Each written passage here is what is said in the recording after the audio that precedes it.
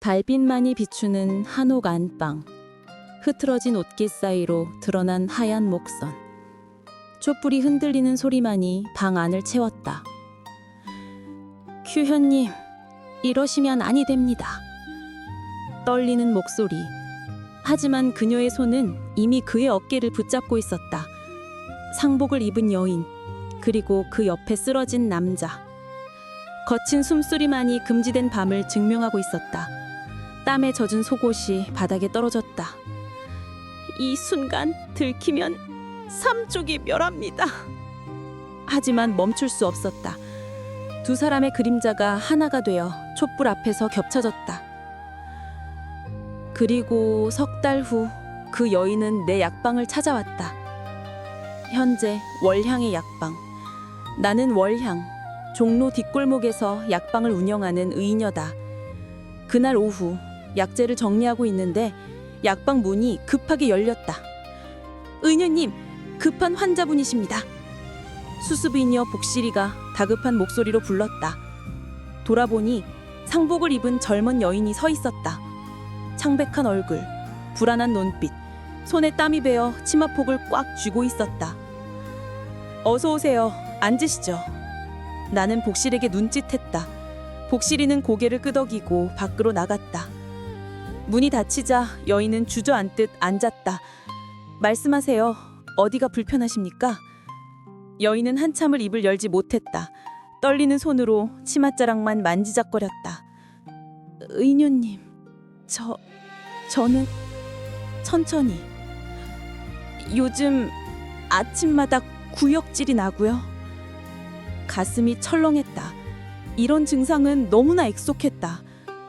계속 어지럽고 음식 냄새만 맡아도 토할 것 같아요. 생리는요?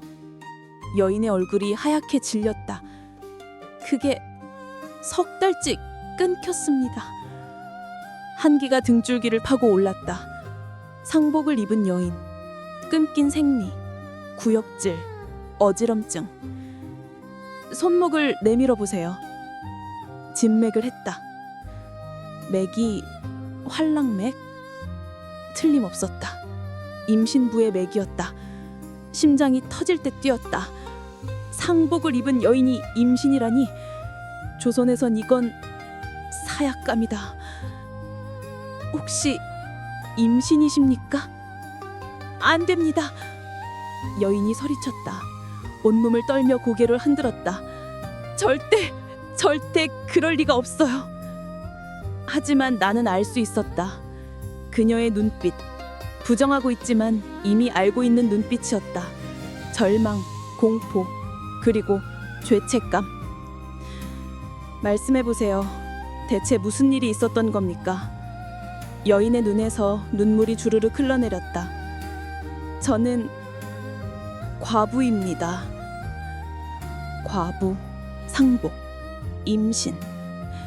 세 단어가 머릿속에 빙빙 돌았다. 남편이 돌아가신 지 1년 반이 지났어요. 1년 반. 그렇다면 임신은 불가능하다. 그런데 임신이라니. 여인이 흐느끼기 시작했다. 규현이라는 남편의 친구가 있었어요. 처음엔 위로였어요. 정말 그뿐이었어요. 하지만 말을 잇지 못했다. 온몸을 떨며 울기만 했다. 나는 한숨을 쉬었다. 상중에 다른 남자와 관계를 맺었다는 것. 이게 들통나면 그녀는 죽는다. 사약을 받는다. 아니, 그뿐만이 아니다. 남자도 그 집안도 모두 벌을 받는다. 의녀님, 저 어떡하면 좋아요? 여인이 내 치마폭을 붙잡고 울었다. 제발 살려주세요. 나는 그녀의 떨리는 어깨를 보며 생각했다. 이 여인에게 대체 무슨 일이 있었던 걸까? 사랑이었을까? 아니면 단순한 욕만이었을까? 그리고 그 뱃속의 아이는 누구의 것일까? 하지만 이야기는 여기서 시작일 뿐이었다. 나는 여인을 진정시키고 차 한 잔을 내밀었다. 먼저 마음을 가라앉히시고 천천히 말씀해 주십시오. 여인은 떨리는 손으로 찻잔을 받았다. 한 모금 두 모금 마시더니 조금 진정이 된 듯했다. 제 이름은 선입니다. 나이는 25이고요. 젊다. 너무 젊은 과부였다. 시집은 종로의 포목상 집안으로 갔어요. 남편은 착한 사람이었습니다. 선희의 눈에 또 눈물이 고였다. 그런데 1년 반 전에 갑자기 열병에 걸려 그만. 그렇군요. 나는 고개를 끄덕였다. 마음이 저렸다. 조선의 법도를 아시죠? 3년 상중에는. 압니다. 선희가 고개를 떨궜다. 제가도 안 되고 남자와 말도 섞으면 안 되는 거 다 알아요. 3년 상, 조선에서 가장 엄격한 금기 중 하나다. 특히 과부가 상중에 다른 남자와 관계를 맺는다는 건 생각만 해도 끔찍한 일이다. 사약을 받거나 심하면 능지처잠까지 당할 수 있다. 의녀님, 저 어떡하면 좋아요? 여인이 내 치마폭을 붙잡고 울었다. 제발, 제발 살려주세요. 나는 그녀의 떨리는 어깨를 보며 생각했다. 이 여인에게 대체 무슨 일이 있었던 걸까? 사람이었을까? 아니면 단순한 욕망이었을까? 그리고 그 뱃속의 아이는 누구의 것일까? 하지만 이야기는 여기서 시작일 뿐이었다. 나는 여인을 진정시키고 차 한 잔을 내밀었다.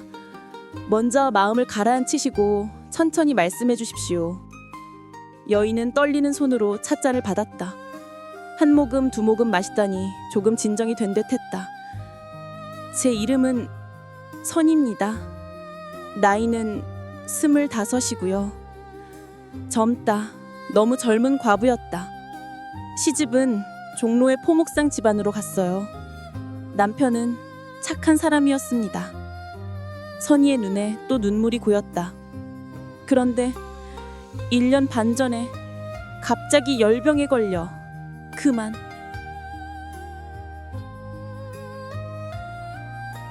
그렇군요. 나는 고개를 끄덕였다. 마음이 저렸다.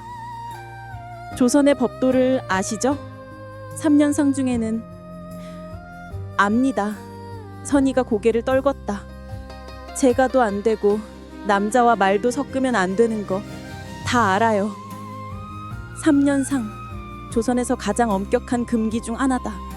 특히 과부가 상중에 다른 남자와 관계를 맺는다는 건 생각만 해도 끔찍한 일이다. 사약을 받거나 심하면 능지처잠까지 당할 수 있다.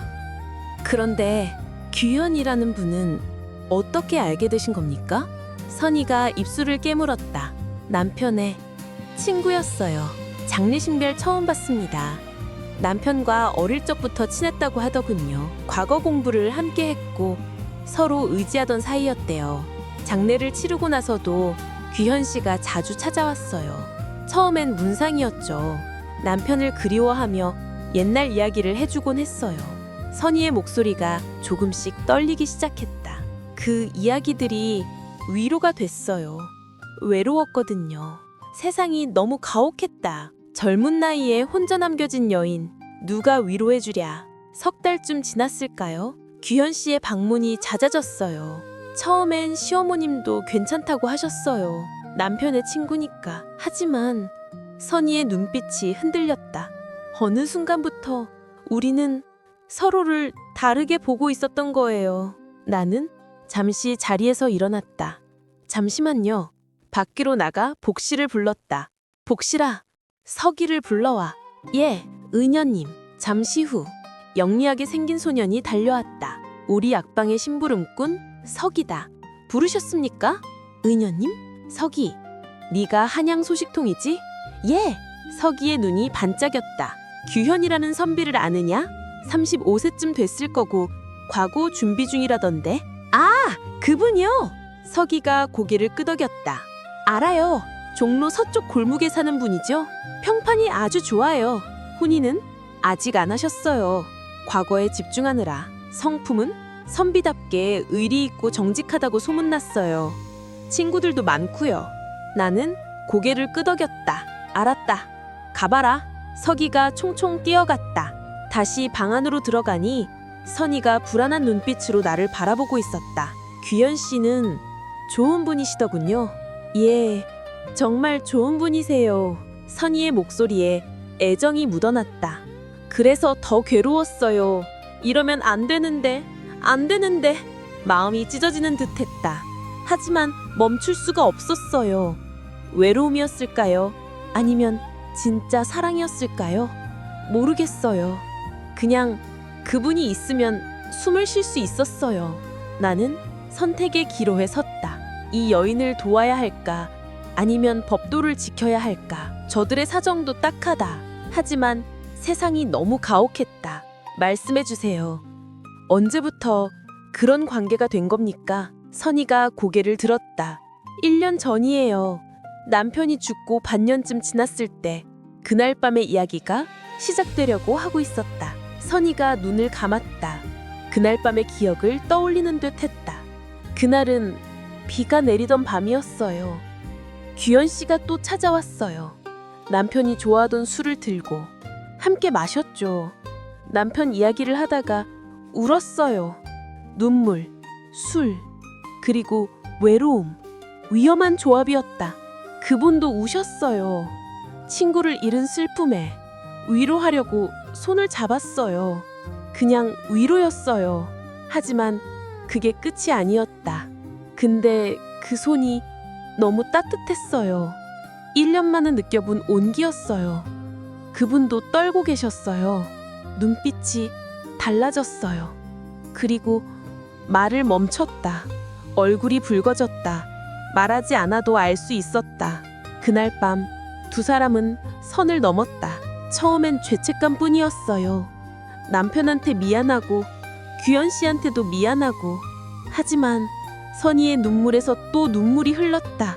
멈출 수가 없었어요. 그 후로 규현의 방문은 더 잦아졌다. 낮에는 문상객, 밤에는 연인. 시어머님이 주무시면 뒤뜰로 나갔어요. 작은 사랑채가 있거든요. 거기서 달빛 아래 금지된 만남, 두 사람의 그림자가 하나가 되는 밤들. 어느 날은 약방에 약을 지으러 왔다가 규현 씨를 우연히 만났어요. 종로 뒷골목에서. 그날도 우리는 입술이 맞닿는 순간 거친 숨소리만 어둠을 채웠다. 하지만 불안했어요, 항상. 이 순간 들키면 삼족이 멸한다는 생각. 심장이 터질 듯 끼었죠. 손에 땀이 배었다.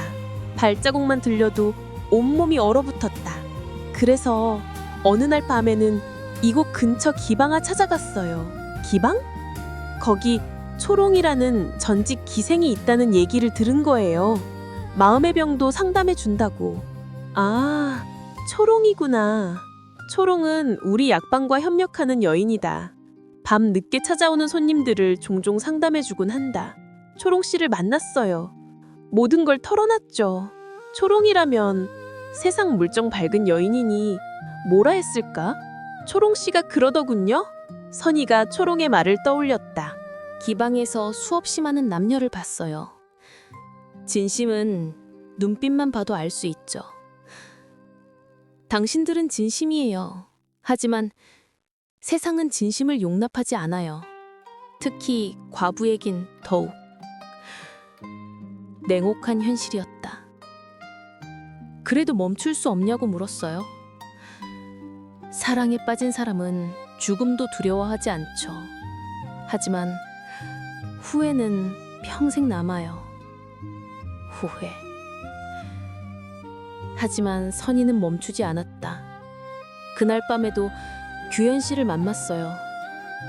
더 간절했어요. 언제 끝날지 모르니까. 뜨거운 밤이 시작되었다. 촛불 아래 그림자가 겹쳐졌다. 흐트러진 옷깃, 거친 숨소리, 땀에 젖은 피부. 사랑한다고 속삭였어요. 서로에게. 도망가자고도 했어요. 먼 곳으로. 하지만 그건 불가능했다. 신분, 가문, 법도. 모든 것이 그들을 올감했다. 그러던 어느 날 선희의 목소리가 갈라졌다. 생리가 끊겼어요.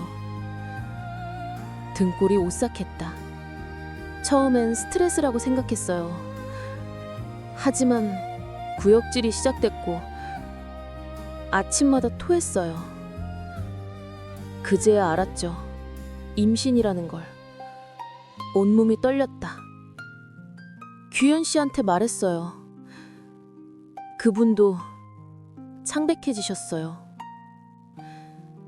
두 사람 모두 알고 있었다.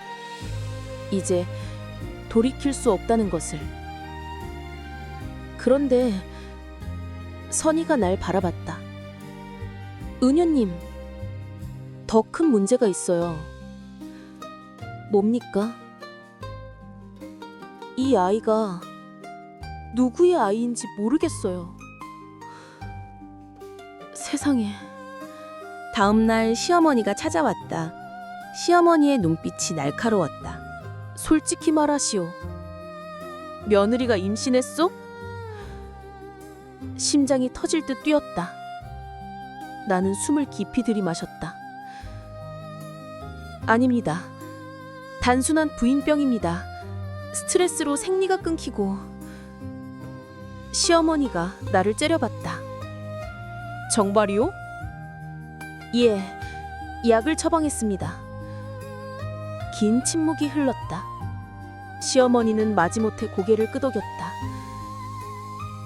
그렇다면 다행이구려. 그리고 돌아갔다. 나는 그 더리에 주저앉았다. 온몸이 떨렸다. 거짓말을 했다. 생명을 지키기 위해. 하지만 이게 옳은 일일까? 그날 저녁에 선희가 다시 찾아왔다. 은효님, 규현 씨가 이상해요. 무슨 말씀이십니까? 요즘 자꾸 피해요. 만나자고 해도 핑계를 대고. 임신 사실을 말씀드렸습니까? 예. 그 뒤로 이상해졌어요. 불길한 예감이 들었다.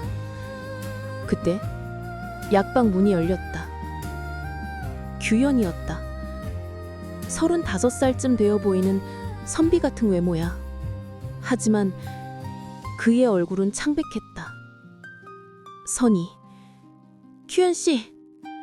선희가 반갑게 일어섰다. 하지만 규현은 고개를 숙였다. 말씀드릴 게 있습니다. 뭔데요? 규현이 떨리는 목소리로 말했다. 저는 혼인이 정해진 몸입니다. 세상에. 선희의 얼굴이 하얗게 질렸다. 뭐라고요? 작년부터 정해진 혼담이었습니다. 다음 달이 혼례일입니다. 그럼 저는? 규현은 고개를 들지 못했다. 처음부터 장난이었던 건가요? 아닙니다. 규현이 소리쳤다. 처음엔 그럴 생각이었습니다. 믿을 수 없는 말이 튀어나왔다. 당신 시댁이 제 아버지를 파산시켰습니다. 복수. 10년 전 포목거래 사기로 저희 집안이 몰락했어요. 아버지는 그 충격으로 돌아가셨고 저는 복수하고 싶었습니다. 선희가 비틀거렸다. 그래서 죽은 친구의 이름을 팔아 접근했습니다. 당신을 임신시켜 상중불륜으로 몰아 가문을 무너뜨리려 했어요. 하지만 규현의 목소리가 떨렸다. 사랑하게 됐습니다. 진심으로. 이제 와서 무슨... 선희가 주저앉았다. 그래서 더 괴로웠어요. 하지만 혼담을 취소할 수 없었습니다. 상대가 병조 판서의 딸이거든요. 권력, 신분, 야망. 모든 게 명확해졌다. 아이는 제가 책임지겠습니다. 돈을 드릴 테니까. 나는 숨을 죽였다. 나가시오. 내 목소리는 차가웠다. 당장 나가시오. 규현은 또 났다. 선희는 그 자리에서 울기만 했다. 사랑이라 믿었던 것 모두 거짓이었다. 나는 주먹을 꽉 쥐었다. 인간의 욕망이란 참으로 무섭구나. 선희는 사흘 동안 약방에 머물렀다. 밥도 안 먹고 말도 안 하고 그저 멍하니 앉아만 있었다. 선희 씨, 은유님. 선희가 처음으로 입을 열었다. 아이를 지울 수 있나요? 마음이 찢어지는 듯 했다. 위험합니다. 목숨을 잃을 수도. 괜찮아요. 이 아이를 낳으면 저는 죽고 아이도 서작을 천대받을죠. 생명입니다. 아무리 원망스러워도 그럼 어떡하란 말입니까? 선희가 울부짖었다. 그때 시어머니가 약방 문을 열었다. 이번엔 규현을 끌고 왔다. 이 자식이 모든 걸 자백했소. 그 말은 방 안의 공기를 굳게 만들었다. 규현의 얼굴은 멍투성이었다. 매를 맞은 듯했다. 복수? 우리 집안을 무너뜨리려 했다고. 시어머니의 목소리가 떨렸다. 그래, 10년 전 포목 사기. 맞소. 우리 집안이 저지른 일이오. 규현이 고개를 들었다. 인정하시는 겁니까? 하지만 시어머니가 규현을 똑바로 바라봤다. 우리가 2배로 갚았소. 뭐라고요? 10년 전 남편이 죽기 전에 고백했소. 양심의 타책 때문에. 시어머니의 목소리가 가라앉았다. 그래서 내가 직접 나섰소. 자네 형님을 찾아가 사죄하고. 형님을? 피해에게 2배가 넘는 돈을 건넸소. 비밀리에. 규현의 얼굴이 창백해졌다. 그럴 리가. 형님이 그런 말을 한 적이. 자네 형님은 자네한테 알리지 않았소. 시어머니가 한숨은 내쉬었다. 자네가 복수심에 불타 삐뚤어질까봐 그냥 과거 공부에만 집중하길 바랐던 게지. 그 돈으로 자네 집안이 다시 일어났소. 자네가 지금 과거 공부를 할 수 있는 것도, 병조판서 딸과 혼담이 오간 것도 모두 그 돈 덕분이요. 규현이 무릎을 꿇었다. 아닙니다. 자네는 은인의 가문을 무너뜨리려 한 거요. 시어머니의 말이 비수처럼 꽂혔다. 규현의 온몸이 떨렸다. 저는 몰랐습니다. 정말 몰랐습니다. 눈물이 주르륵 흘러내렸다. 복수라 믿었던 것 모두 착각이었다. 은혜를 원수로 갚으려 했던 것이다. 며느리야. 시어머니가 선희를 바라봤다. 임신이 맞지? 선희가 고개를 끄덕였다. 나아라. 우리 손주로 삼겠다. 하지만 이 아이가 우리 두 집안의 악연을 끊는 징표가 되는 게지. 시어머니가 규현을 바라봤다. 혼담을 파하시오. 예. 그리고 평생 속죄하며 살아라. 규현이 선희를 바라봤다. 하지만 선희는 고개를 돌렸다. 전 당신을 용서할 수 없어요. 알고 있습니다. 아이의 아버지로만 인정하겠어요. 그 이상은 절대 안 돼요. 규현이 바닥에 이마를 찧었다. 평생 속죄하겠습니다. 그렇게 모든 것이 끝났다. 아니, 끝난 줄 알았다. 그날 이후 약방은 다시 평온을 찾았다. 의녀님, 그 선희 씨는 괜찮을까요? 글쎄, 나는 창밖을 바라봤다. 사랑이라 믿었던 것이 복수였고 복수라 믿었던 것이 착각이었으니 참 아이러니하죠? 복실이가 한숨을 쉬었다. 하지만 아이는 죄가 없잖아요. 그래, 생명은 죄가 없지. 그때 서기가 헐레벌떡 뛰어왔다. 은현님, 소식 들으셨어요? 무슨 소식? 선희 씨가 아이를 낳았대요. 아니, 벌써?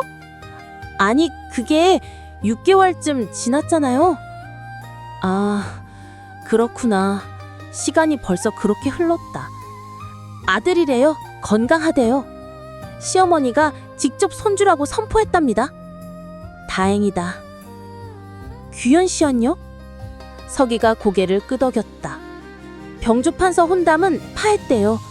그리고 선희 씨 집 근처에 작은 서당을 열었대요. 매일 그 집 앞을 지나가면서 아이를 멀리서 본답니다. 하지만 절대 들어가진 않는데요. 자격이 없다면서요. 가슴이 저렸다. 아이 이름은 지었대요. 속죄 속자를 써서. 아니, 그건 아니다. 그 이름은 시어머니가 바꿨답니다. 음해 은자로. 두 집안의 은혜가 이어지길 바라며. 나는 고개를 끄덕였다. 복수는 또 다른 복수를 낳는다. 하지만 용서는 새로운 시작을 만든다. 선희 씨는 규현 씨를 용서했나요? 아직이래요. 하지만 서기가 웃었다. 가끔 서당 앞을 지나가면서 멈춰 서 있대요. 들어오라고는 안 하지만 쫓아내지도 않는다나요.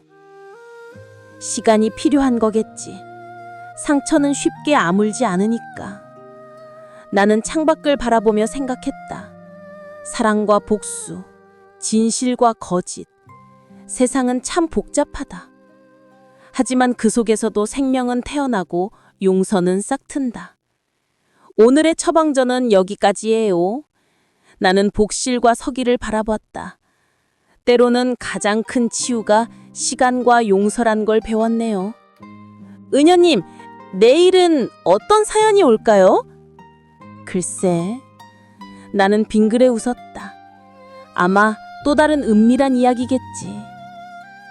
종로 뒷골목 끝자락, 월향의 약방에는 오늘도 비밀들이 찾아온다. 다음엔 어떤 이야기일까? 쌍둥이 자매의 기묘한 사랑? 아니면 기방주인의 복수극? 궁금하지 않으신가요? 월향의 약방은 내일도 오후 5시에 엽니다.